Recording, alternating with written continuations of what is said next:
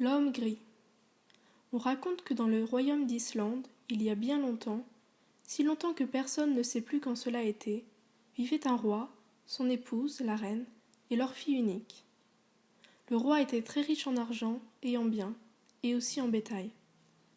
À cette époque, juste derrière le château royal, vivaient dans leur petite cabane un très vieil homme et sa très vieille femme. Le vieil homme ne possédait qu'une seule vache, et c'est d'elle qu'il tirait toute sa subsistance.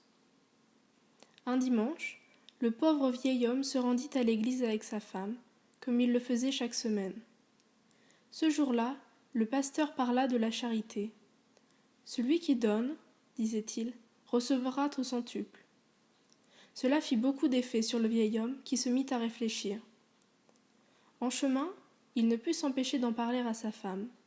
« Tu as entendu ce qu'a dit le pasteur ? » ?»« Évidemment, j'étais à côté de toi, mais je t'en prie, ne prends pas ces paroles au pied de la lettre. Ce n'était qu'une image, dit sa femme qui avait la tête sur les épaules. Mais l'homme n'était pas satisfait.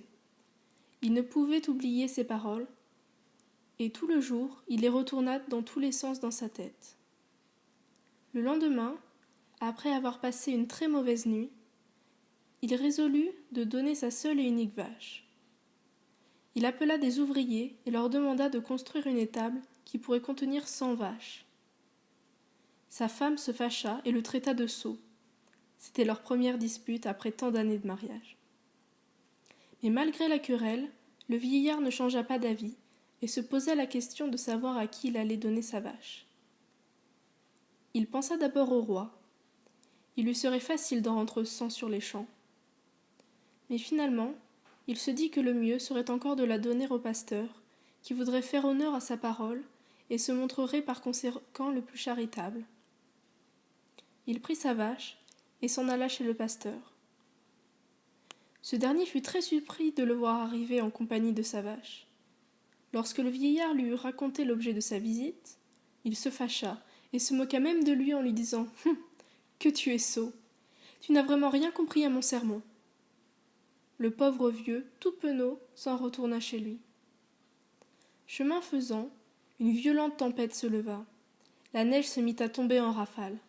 Le vent soufflait si fort que l'homme ne pouvait avancer qu'avec peine. Tout en luttant contre les éléments, il pensait au pasteur et à ses paroles. Il avait le cœur lourd et des larmes lui piquaient les yeux. Tout à coup, un homme surgit devant lui. Il portait un sac sur son épaule et lui demanda « Où te rends-tu ainsi avec ta vache ?» Le vieillard s'arrêta et lui raconta toute son histoire.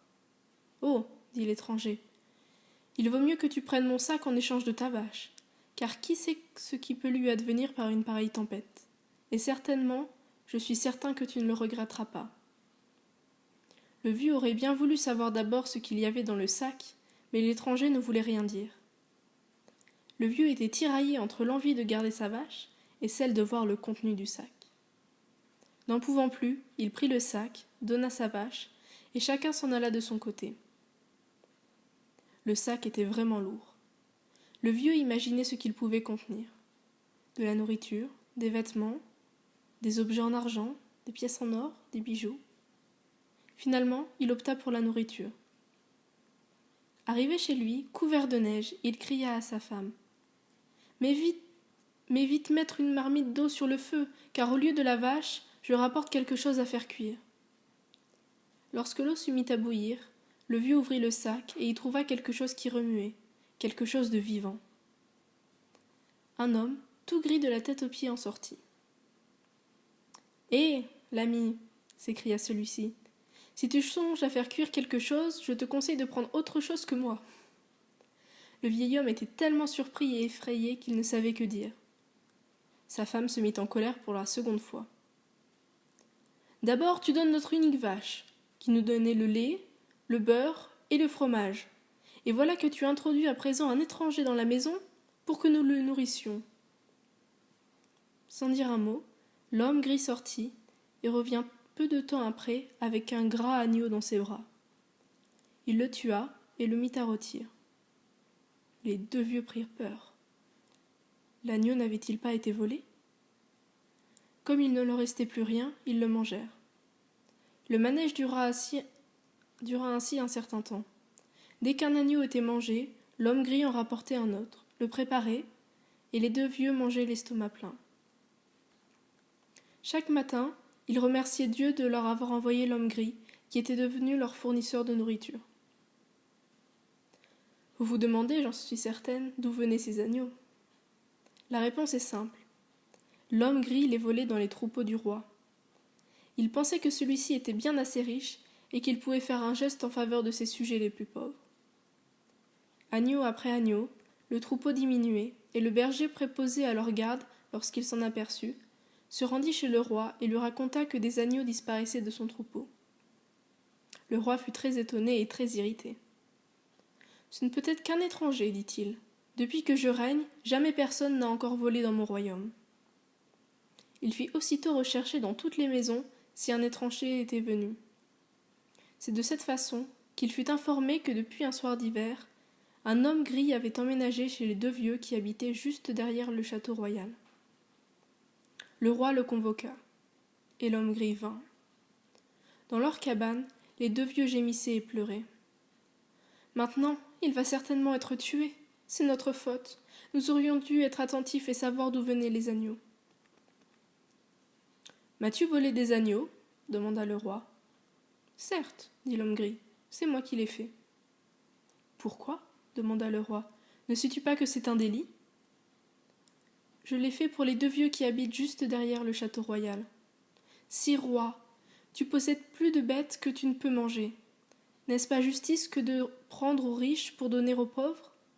Sans cela, les deux vieux seraient morts de faim autrement. » Le roi se mit à réfléchir. « N'as-tu rien appris d'autre que voler ? N'es-tu pas capable de travailler ?» L'homme gris expliqua au roi qu'il ne volait pas comme un voleur. Il ne faisait qu'enlever un peu à celui qui en avait trop. Il aimait ce qu'il faisait, et il voulait devenir un maître voleur dans le genre. « Maître voleur n'est pas un métier, et tu seras mis à mort pour l'exemple. Où en arriverons-nous si l'un enlève ce qui appartient à l'autre au motif que l'un est plus pauvre que l'autre ?» Soudain, le roi s'arrêta. Une idée lumineuse venait de lui traverser l'esprit. « Je pourrais te faire grâce si tu sais réellement voler avec art, et que tu le fasses naturellement avec mon autorisation. » L'homme gris dit qu'il voulait bien essayer, et demanda ce qu'il lui faudrait voler. « Demain, dit le roi, je ferai garder mon plus beau bœuf par tous mes serviteurs. Tente de le voler pendant qu'il sera dans la forêt. » L'homme gris accepta la proposition et rentra chez les deux vieux, qui étaient bien heureux de le voir de retour.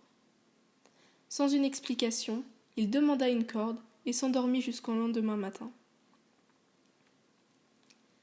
Dès potron miné, il se rendit dans la forêt et se suspendit par la corde à un arbre, juste à l'endroit où il savait que devaient passer les serviteurs du roi avec le bœuf. Lorsque ceux-ci virent l'homme gris suspendu tout en haut de l'arbre, ils se dirent qu'il avait dû voler d'autres gens encore, que ceux-ci l'avaient tué. Ils étaient très heureux car ils pensèrent qu'ils n'avaient plus besoin de veiller avec tant d'attention sur le bœuf.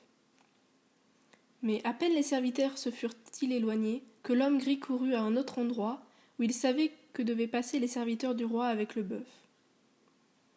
Il alla se suspendre aux branches d'un autre arbre. Cette fois, les serviteurs furent stupéfaits. Y avait-il donc deux hommes gris dans le royaume, ou bien était-ce de la magie ? Ils décidèrent d'éclaircir le mystère. Ils attachèrent le bœuf à un arbre et s'en retournèrent vers le premier arbre voir le premier homme gris. Pendant ce temps, l'homme gris délia le bœuf et le mena dans la cabane des deux pauvres vieux. Il tua le bœuf, lui enleva la peau et de son suif fit des bougies. Quant aux serviteurs, lorsqu'ils ne retrouvèrent plus le premier homme gris, ils retournèrent vite vers le bœuf et s'aperçurent alors que celui-ci avait disparu, tout comme le second homme gris. Ils rentrèrent au château et annoncèrent au roi la perte du bœuf. Le roi fit aussitôt appeler l'homme gris. Dans leur cabane, les deux vieux pleuraient en se disant « Cette fois, on le tuera sûrement !» gémirent les deux pauvres gens. « Nous n'aurions pas dû manger le bœuf. » Au palais, le roi était assis sur son trône, et il s'adressa en ces termes à l'homme gris. Ainsi donc, tu as volé mon bœuf. Oui, sire, pour sauver ma vie. Bien, bien, je te fais grâce. Mais je vois que la tâche était beaucoup trop facile. Je voudrais que tu me donnes un second échantillon de ton art. Cette nuit, j'aimerais que tu enlèves nos draps de lit à la reine et à moi. Oh, s'écria l'homme gris, c'est bien difficile ce que vous me demandez. Le roi leva les yeux au ciel et dit « Cela te regarde. » L'homme gris rentra chez les deux vieux, qui étaient bien heureux de le voir de retour. Sans une explication, il demanda de la farine et fit cuire un pot d'épaisse bouillie. Puis, il ferma solidement le pot et s'en alla vers le château. Sans se faire voir, il s'y glissa et y resta caché. Le soir, les portes du château furent verrouillées avec soin. La garde fut renforcée, mais il y avait bien longtemps que le rusé homme gris se trouvait à l'intérieur. Vers 10 heures, le roi et la reine allèrent se coucher. Lorsqu'ils furent endormis, l'homme gris s'approcha de leur lit et versa l'épaisse bouillie sur le drap, juste entre le roi et la reine. Puis il se cacha de nouveau. Quand la reine sentit l'humidité du drap, elle se réveilla et s'écria « Mais, mon cher ami, tu as mouillé le lit, qu'est-ce donc ?» « Je n'y songe guère, s'indigna le roi, c'est toi qui l'as mouillé. » Une violente querelle s'éleva entre les souverains. Longtemps, ils se rejetèrent la faute. Mais comme ils étaient fatigués, ils prirent les draps et les jetèrent dans un coin. À aucun moment ils ne songèrent à l'homme gris. À peine furent-ils endormis de nouveau que l'homme gris s'approcha et emporta les draps. Rusé comme il était, il réussit à sortir du château et rentra chez les deux vieux, qui furent bien étonnés de voir les draps royaux chez eux. Le matin, lorsque le roi s'éveilla, et il vit que ses draps de lit avaient disparu.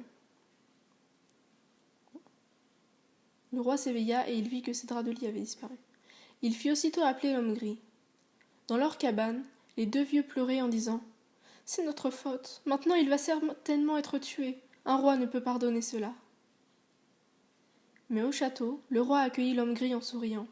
« Tu es réellement presque un maître voleur, dit-il. Mais je n'ai toujours pas encore éprouvé suffisamment ton art. Si tu veux vraiment devenir un maître voleur, il te faut cette nuit nous enlever nous-mêmes, la reine et moi, de notre lit. » Évidemment, le roi savait cette tâche impossible, et il ricanait en pensant que cette fois, l'homme gris serait défait. L'homme gris rentra chez les deux vieux, qui étaient bien heureux de le voir de retour. Sans une explication, il mit sur sa tête le grand chapeau usé du vieux, et en remplit les trous avec les bougies tirées du suif du bœuf abattu. Ensuite, il prit un sac plein d'écrevisses et beaucoup de petites bougies. Lorsque minuit sonna, il fixa une petite bougie sur le dos de chacune des écrevisses et les laissa courir dans le cimetière attenant à l'église. De son côté, il se mit à sonner les cloches et alluma tous les cierges de l'église. Le roi et la reine furent réveillés par le son des cloches et s'approchèrent de la fenêtre. Ils virent que des dizaines de petites lumières dansaient sur la tombe et que l'église était toute illuminée. Cependant que les cloches n'arrêtaient pas de sonner.